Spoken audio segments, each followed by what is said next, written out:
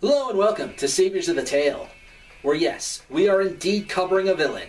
And really, what better villain is there than the devil? Well, okay, there's like a ton of better villains in video gaming than, just the plain old devil, but, well, honestly, most of them are RPG villains, and I don't really have enough time. It's funny I am talking about Kazuya since he normally be the type of character I am sick of seeing, as they really don't have much to them, usually only evil and that's about it. Though sometimes they can be annoying. Hint, frigging hint. Fortunately, Kazuya is more than just being evil for the sake of being evil. Well, at least during his first conception. Back then, every hero in the fighting game was similar, training under a mentor and out to learn the secret of fighting or some crap like that. Kazuya was a bit different in that regard, as while he did start out as a protagonist in Tekken 1, he was suddenly the antagonist of the series. It was certainly a surprise, though how well was this handled? Well, there has to be some positive points if I'm talking about him this way, at least. Before we dive in, let's get this out of the way.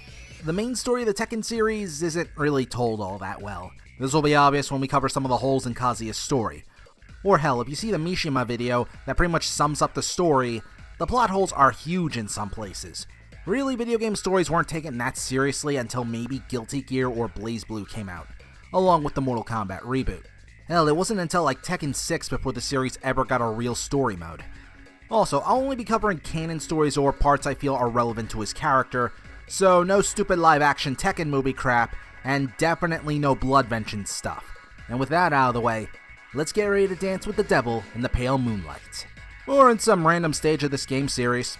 I honestly don't care, and neither does he. Hailing from Japan, weighing in at 168 pounds, he is a former Tekken champion possessing both the devil in body and soul. He is Kazuya Mishima!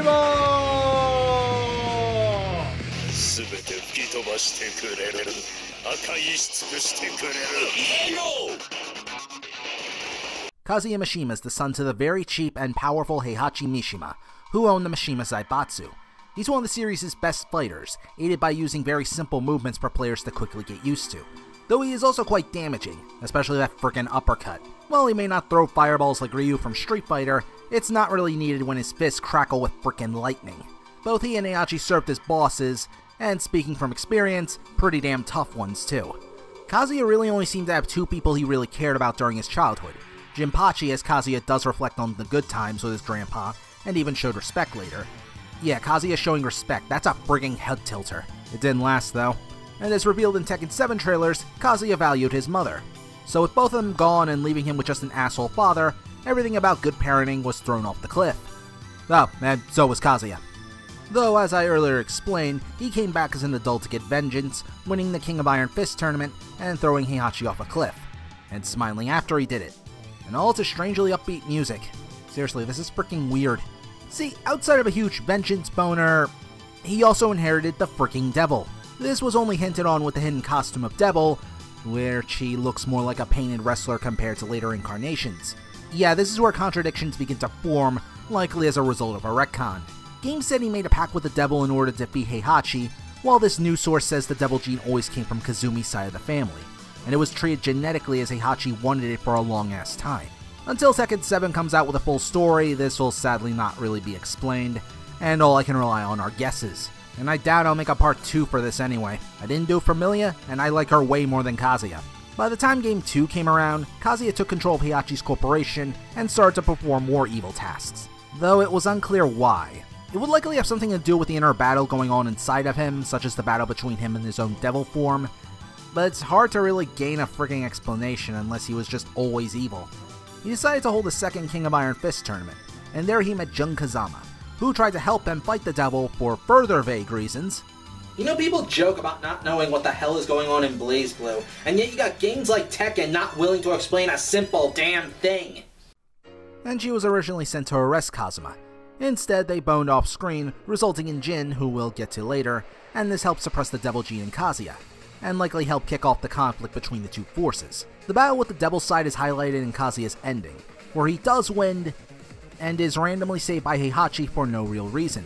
Combined with the Dark Room, this is probably his subconscious or something, with Heihachi representing any chance he has to forgive him, and Kazuya ups and uses the guy as a meat shield for the Devil's eye beams. This does help highlight Kazuya's willingness to use just about anyone with no question to get what he wants.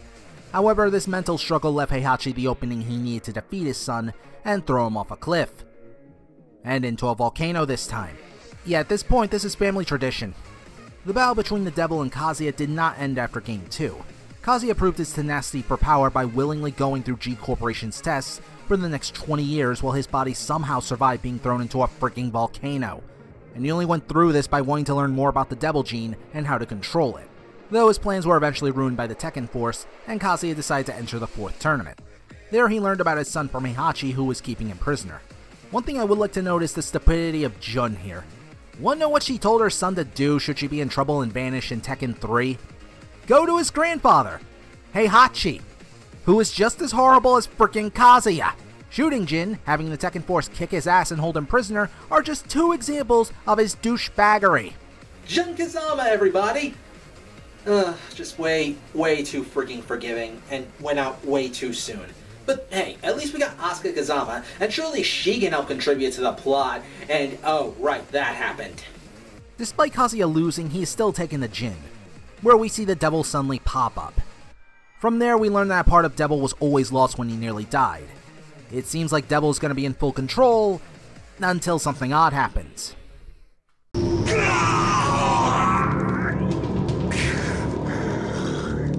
和也貴様、なぜ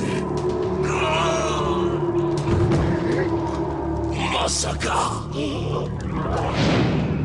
なるほど、力の統合にこんな手もあったとは。貴様の出番もここまでだ。俺の中で溶けてゆくがいい。 Kazuya manages to somehow take control of the Devil and still wants Jin's power. So much for a happy reunion. And this won't be the last time Kazuya treats his son like shit, if Project Cross Zone 2 is any indication. Also, I voiced Kazuya in Ties to the Gamer's frickin' playthrough. Go watch it. His influence is outright torturing the Jin, as we see in the real ending of Tekken 4. Jin, however, is able to beat both his dad and granddad, leaving them alive only thanks to the intervention of his mom. I'm sure this will never lead to anything bad ever again. Spoilers! Bad things keep happening! You know, like the world being plunged into war in Tekken 6. Though I do admit, we get a really kick-ass fight with Heihachi and Kazuya fighting together against an army of robots in Tekken 5. That is pretty damn cool, and leads to Kazuya leaving his old man to die. And yes, Heihachi somehow survives that. I suppose we can give that a pass given how he can kick the Devil's ass apparently. Looking to hunt his assassins, he enters the next tournament. Really, nothing of consequence happens here directly related to him. Saber's relationship with the boss, Jinpachi. Jinpachi is about the only person Kazuya actually regards with any kind of respect or kindness, and even seems happy as they both recall their past. For once, we see Kazuya in a sympathetic light, and maybe, just maybe, he can...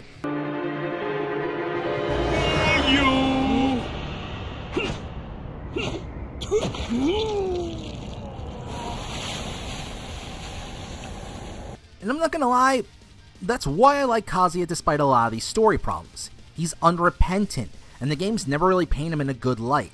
Trying to make him a good guy now after he tortures his own freaking son, it'd be freaking jarring. Now in Tekken 6, thanks to Jin causing wars to find a way to end the Devil Gene somehow, Kazuya is suddenly seen as a hero for trying to stop his son, but let's face it, we know the guy is still super evil. He uses just about anyone and everyone in his schemes, and surprisingly well too. Not only is he smart enough to use G Corporation services to his advantage once again, hell, even heading the company, in Tekken Cross Street Fighter, he was also smart enough to realize Nina wasn't on his side and played an ambush as well for her.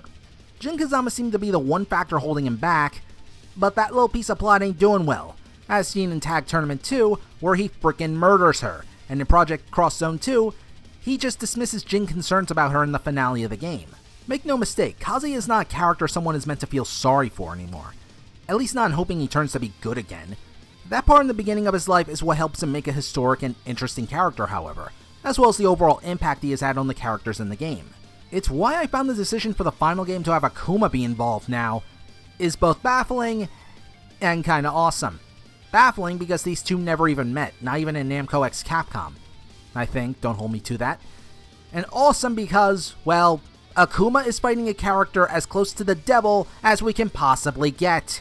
The only way this could be more awesome is if Jim Ross did commentary. Kazuya, you are an asshole, a horrible father, a pain in my ass boss, a liar, weirdly looking good in purple, and the world's worst case for trying to find something good in your soul. But damn it all, you are entertaining enough to be a savior of the tale.